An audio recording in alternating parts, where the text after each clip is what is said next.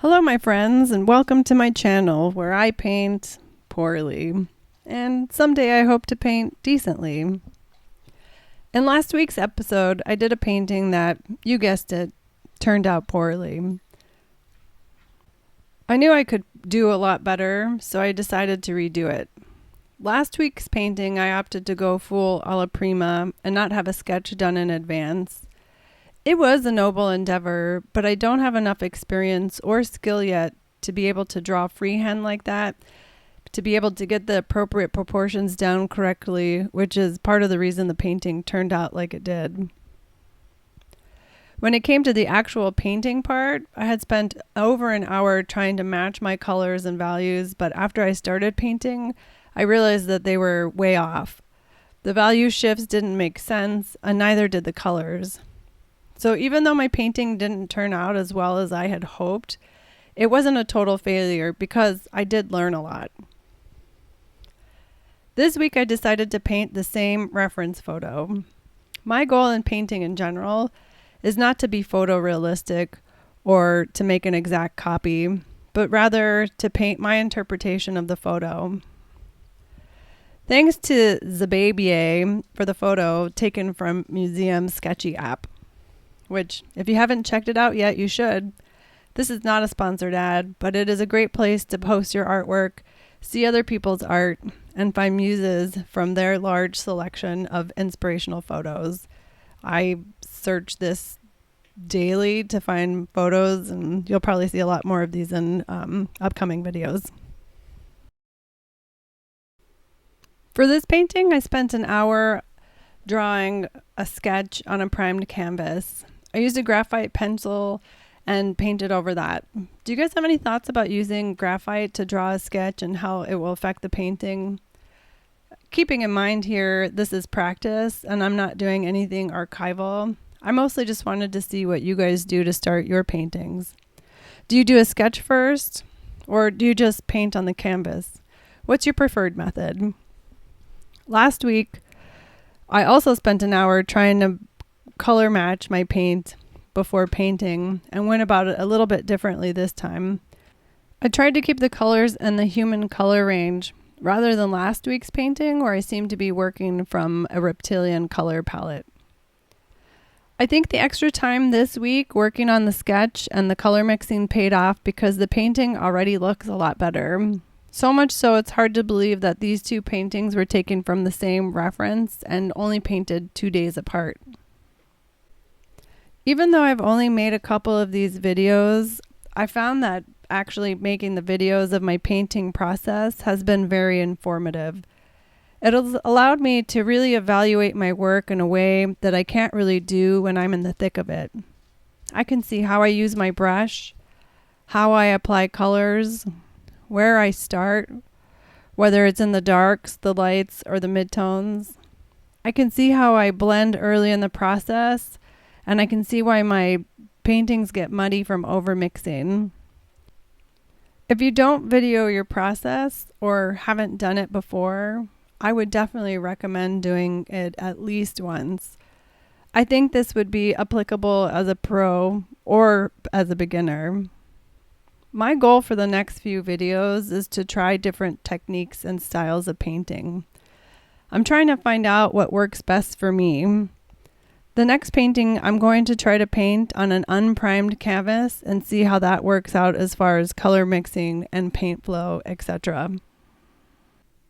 Just recently I watched a video from Simplified Drawing and Painting that was talking about where the true expression of a face or a painting rather comes out in the lips, not necessarily the eyes. And while doing this painting, I couldn't agree with that statement more. This is probably one of the most successful lips I've ever done. It's a little bit different from the original photo, but I really liked how these turned out. They were really expressive, and you can really kind of see that at the end of the painting. I spent a lot of time on these lips, and I think they turned out really well. Actually, I was really happy with how they turned out. One of the most frustrating things I found while watching tutorials and videos on the internet is that everybody is so incredibly different when it comes to their styles and how they approach paintings. Some prime the canvas, some don't. Some do a sketch in advance, others don't. Some do only alla prima, while others work on pieces meticulously for months, layer after layer after layer. Some have very painterly styles reminiscent of Sargent, while others have fine detailed works harkening back to the masters. Even the most basic videos about what media to use, the types of brushes, they all use different tools, all use different media. Everything is different from one person to the next. For me, and what I'm going to try to do is sample a little bit here and there, try different brushes, try different media, try to do more painterly, work on paintings over many sessions. The beginning part of the series is really going to be a couple of alla primas, and then some later videos. I think I'll probably spend a little bit more time working over on a painting over a course of a few days to see how that turns out. Now I can hear you telling me, go to art school, to which I would say, I can't. Like a lot of people out there, I have a full-time job, but I want to learn how to paint and have to do it on my own. I've taken a couple of classes and have learned a lot from them, but I have to do more of the learning on my own. This is what I call, and actually I don't call it, it's called deliberate practice. It sounds simple enough, but the idea is to be intentional in your practice, deliberate, work with a focused goal, to work outside of your comfort zone, and to learn from the process. This is part of the reason I started this channel. I am learning to paint. I am filming myself while doing it, so I might as well share the process with you, and let's see where this journey goes, and hopefully in a few years, I can look back on these early videos and see the progress I've made. Heck, maybe at some point, I will be good enough where people will want to follow my advice and paint how I paint. That's not going to be for a while, though. In the meantime, enjoy the painting as it progresses.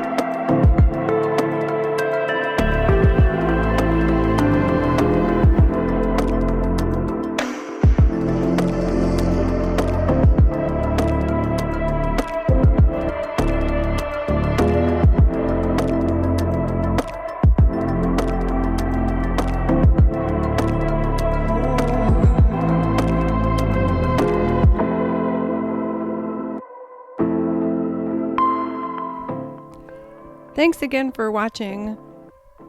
If you like what you're seeing and you feel like what I'm doing is helpful, please hit the subscribe button, definitely hit the like button, and of course hit the bell notifications. If you have any suggestions or ideas for future paintings, I'd love to hear them. If there's any techniques that you're using that you think I should try, please comment below, and I'll definitely try to make a video about those in the upcoming weeks.